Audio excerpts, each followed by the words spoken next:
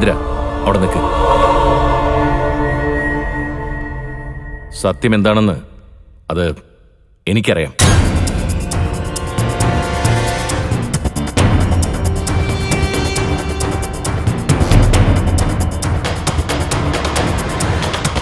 പക്ഷെ അത് ഞാനോ എല്ലാറ്റിനും സാക്ഷിയായ മറ്റൊരാളോ പറയുന്നതിലല്ല കാര്യം.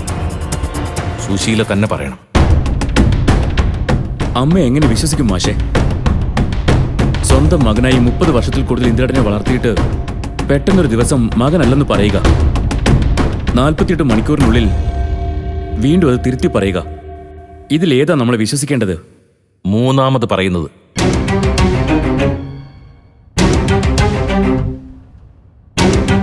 ഇതുവരെ പറഞ്ഞതിൽ ഒന്ന് തെറ്റും ഒന്ന് ശരിയുമാണ്.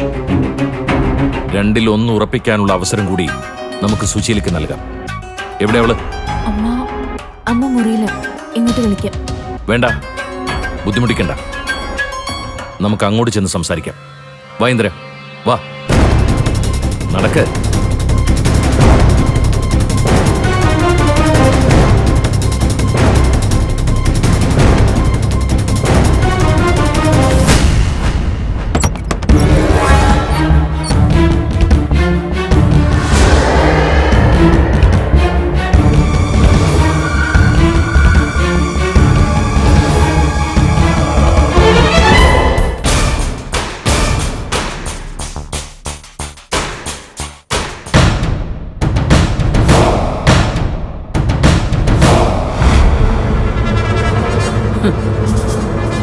എന്നെ വിചാരണ ചെയ്ത എന്റെ മക്കളെ കൊണ്ട് എന്നെ തൂക്കിലേറ്റിക്കാൻ വന്നാണോ മാഷെ?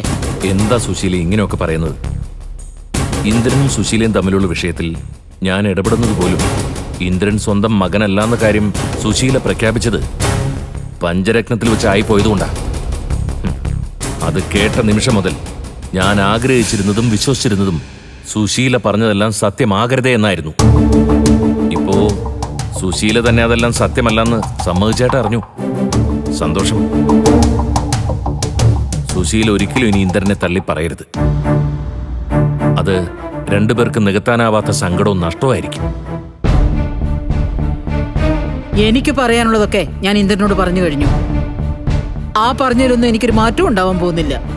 എന്ന് വച്ചാൽ ഇന്ദ്രൻ നീ പ്രസവിച്ച മകൻ തന്നെയാണ്.